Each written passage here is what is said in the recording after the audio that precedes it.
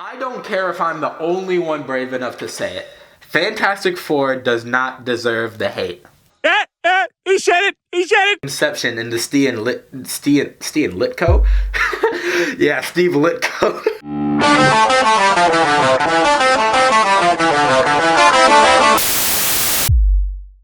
Cuz, what the fuck?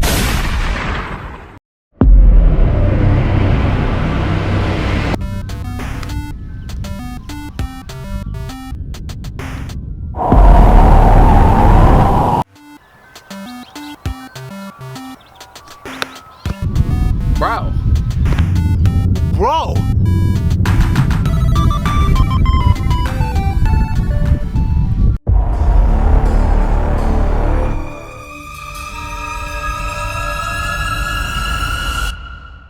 Run!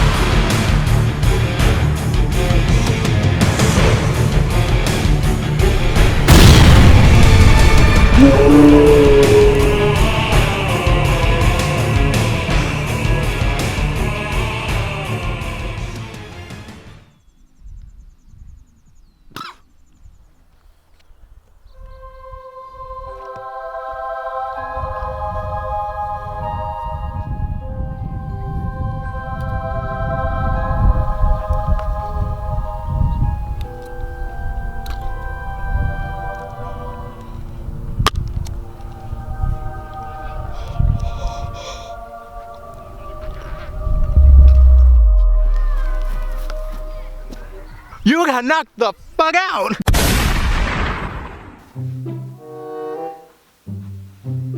I don't know, you better stop! As you can see, my face has been burned due to unforeseen circumstances.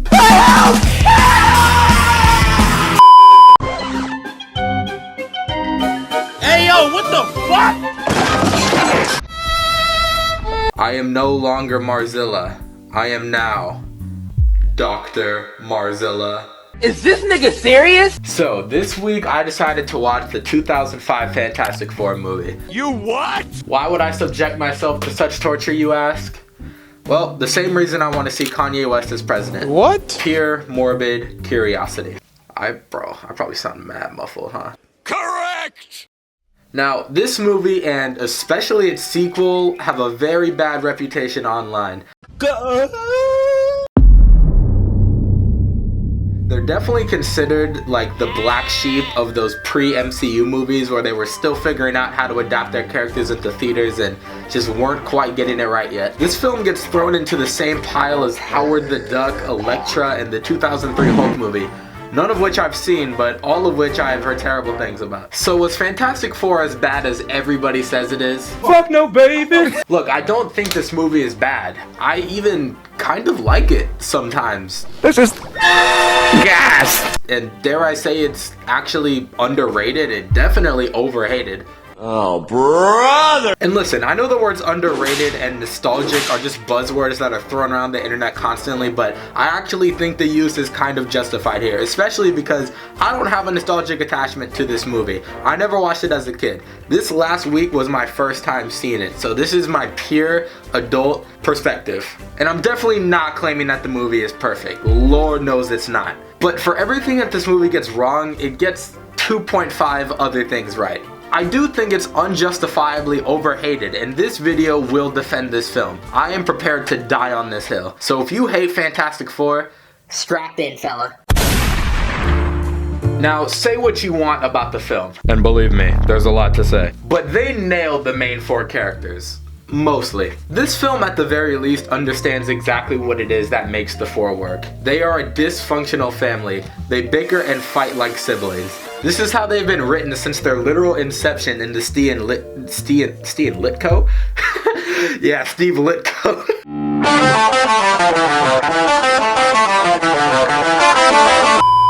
from the Stan Lee and Steve Ditko days. This film has a great understanding of the actual core of this superhero team and also their individual personalities. Speaking of which, the casting for this film was surprisingly perfect. Except for Dr. Film. Dr. Film? Oh my god, what am I talking about? English, motherfucker, do you speak it? This might be the most on-point casting since the Diary of a Wimpy Kid movies, no joke. And I don't think it's any coincidence that all of the actors in this movie also happen to be fans of Marvel Comics, and you can tell by the way that they act that they understand their characters. Starting off with Reed Richards, also known as Ion Griffad. You know, his name is very fitting because I don't know how to say it. He not only looks exactly what run it back. He not only looks exactly like what I imagine a real life Reed Richards would look like, but he also captures his oh my god. But he also perfectly captures his nerdy and effortlessly charismatic personality. Jessica Alba's Invisible Woman is good for a lot of reasons.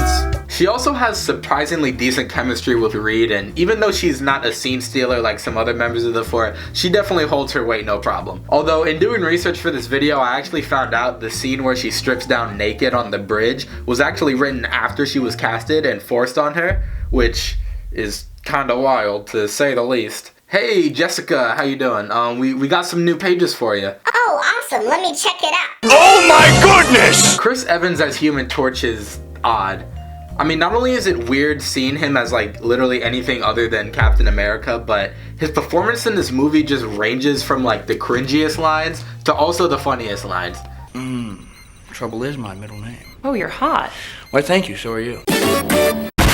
He definitely captures Johnny Storm's overwhelming confidence from the source material perfectly, and that probably has something to do with the fact that Chris Evans did improvise most of his lines in this film. I am kind of impressed by Chris Evans in this film. I mean, his range is pretty incredible. To be able to play this goody two-shoes Boy Scout and flip and play this playboy douchebag, I mean, his range is pretty impressive. Also, did you know that this is Maria Menounos? Like, the Maria Menounos? That is just a really weird fact that I learned after I watched this movie, and I was like... Now, I like all of the actors in this film. I really do, but Michael Chiklis as Thing just stands head and shoulders above the rest. He's really the only character that the story takes semi-seriously, and he's also the most well-written character, so rightfully so. One dynamic I've always found interesting is the disparity between the powers that the rest of the Four got compared to the powers that the Thing got. By all accounts, Thing kinda got screwed. This is not right. This is not cool. This is fucking bullshit. The radiation from the space station turned everyone else into super-powered, charismatic superheroes, and he kinda got turned into a monster. He really did get the short end of the stick, if you think about it. One of the best things this film does is not shy away from this portrayal. It really shows the anger and confusion that Ben feels from the powers he got. And even though this film is not known for its good dialogue, it's no coincidence that most of the best dialogue does come from this character. Like this line, for example. Susie, look at me. You got no idea what I'd give to be invisible.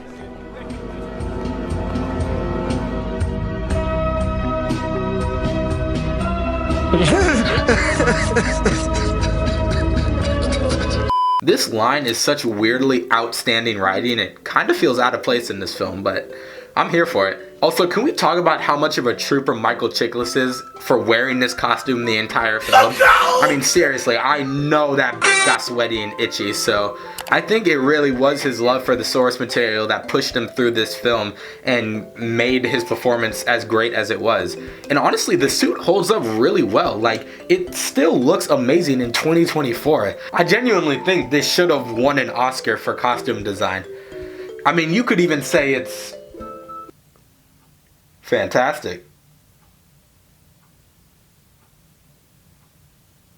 Laugh.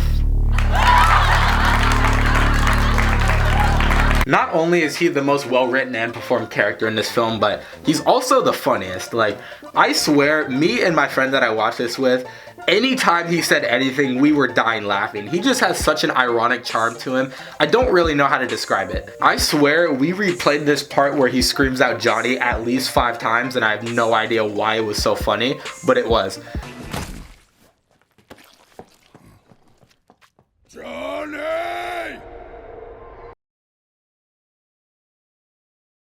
Also, the Thing talking someone out of suicide was not on my Marvel bingo sheet, but I think it's hilarious regardless. Hey!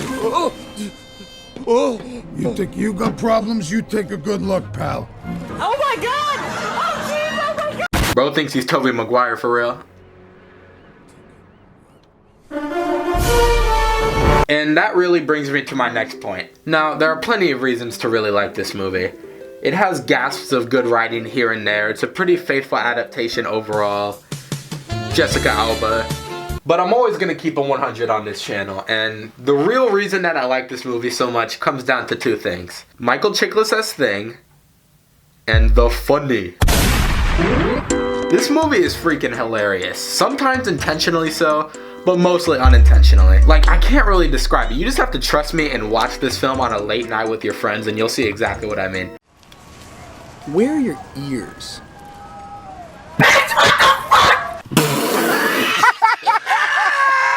Actually, come to think of it, where are Thing's ears? I guess we'll never know. Now, that's not to say that the film is badly written or just a pure comedy, but it might as well be with its early 2000s humor. Don't do drugs. Fuck off. Dr. Doom also has this bit in both movies where he just deletes anyone in his path, no hesi, and it is so perfectly cut. Mr. Von Doom, are you okay? Never better, Jimmy.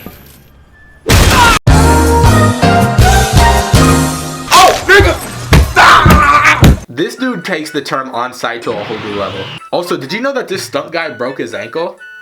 What a champion. Can we get a shout out for this guy? Thank you. Not to mention Doom just completely obliterating this guy in the middle of the movie, which was a lot more violent than I was expecting the film to get.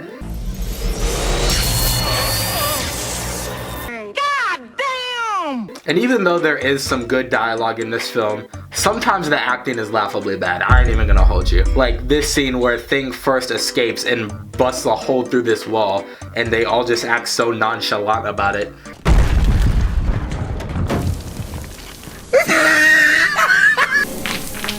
Ben? What's going on?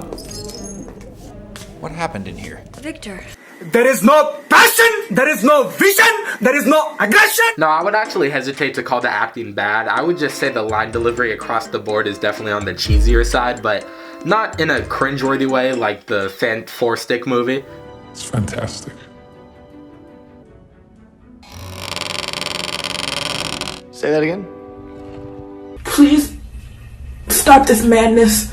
And even though this film is cheesy by every extension of the word, it's cheesy in an endearing way. And that's what makes the movie so consistently entertaining. You can tell that this must have been a fun-ass movie to work on and everybody on set was having fun. Like, this is the type of movie I would ironically love to direct. Speaking of which, did you know that the director for this film is a black director?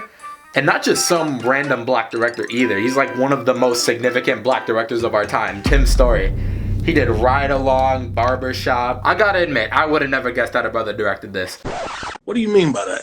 As I mentioned in my cultural violence video, black people in the industry are usually relegated to telling black stories, and black directors are no different. So if you want to see me talk about that, just go check out that video. But it's actually pretty strange, but also refreshing to see a black director helm a project like this. Also, fun fact, did you know that this was the highest grossing superhero film by a black director until Black Panther in 2018? I don't know, I just thought that was an interesting piece of trivia, and they did go through like 5 directors before they settled on Tim Story, so maybe there's more of a story there, who knows. Now, there's lots to love about this film, the humor being one of the primary ones. I would honestly recommend checking it out just off that. But there is one elephant in this room I have yet to address. One elephant that is really the only major issue I have with this film, that isn't enough to ruin it by any means, but definitely holds it back.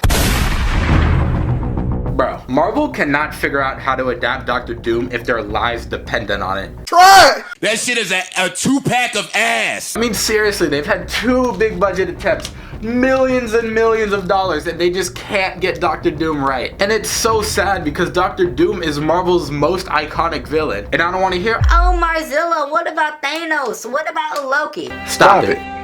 Get some help. Dr. Doom was so popular back in the 60s that he regularly appeared in other comic books outside of the Fantastic Four, even Spider-Man. Not only that, but he's got a rap career. Hello, Governor. I think the thing that Marvel consistently gets wrong with Doom is not giving him the screen presence that he needs. What's the word I'm looking for here? Aura. I can't believe I just used the word aura in a video essay. I think my brain might actually be rotting.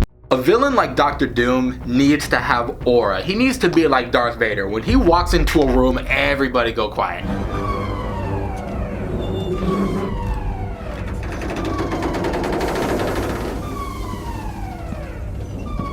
What's good?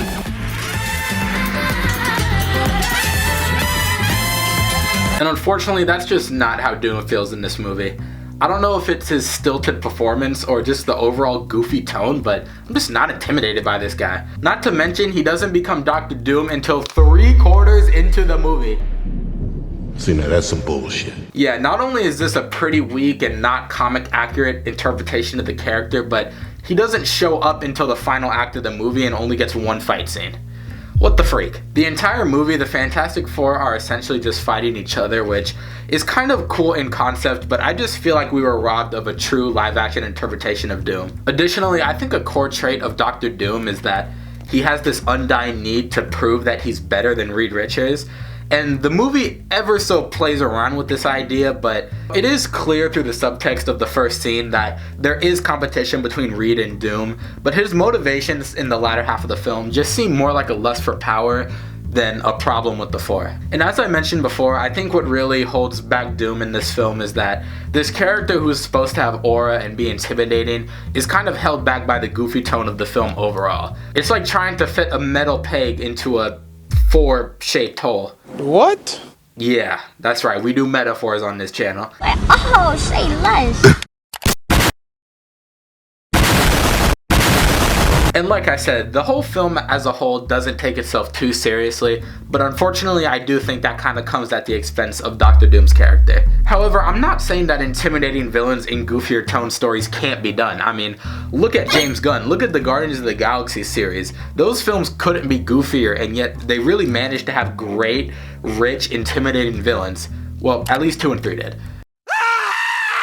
Honestly, I wonder what a James Gunn Fantastic Four movie would look like. He might have actually been the perfect choice to adapt this story, but too bad that's never gonna happen.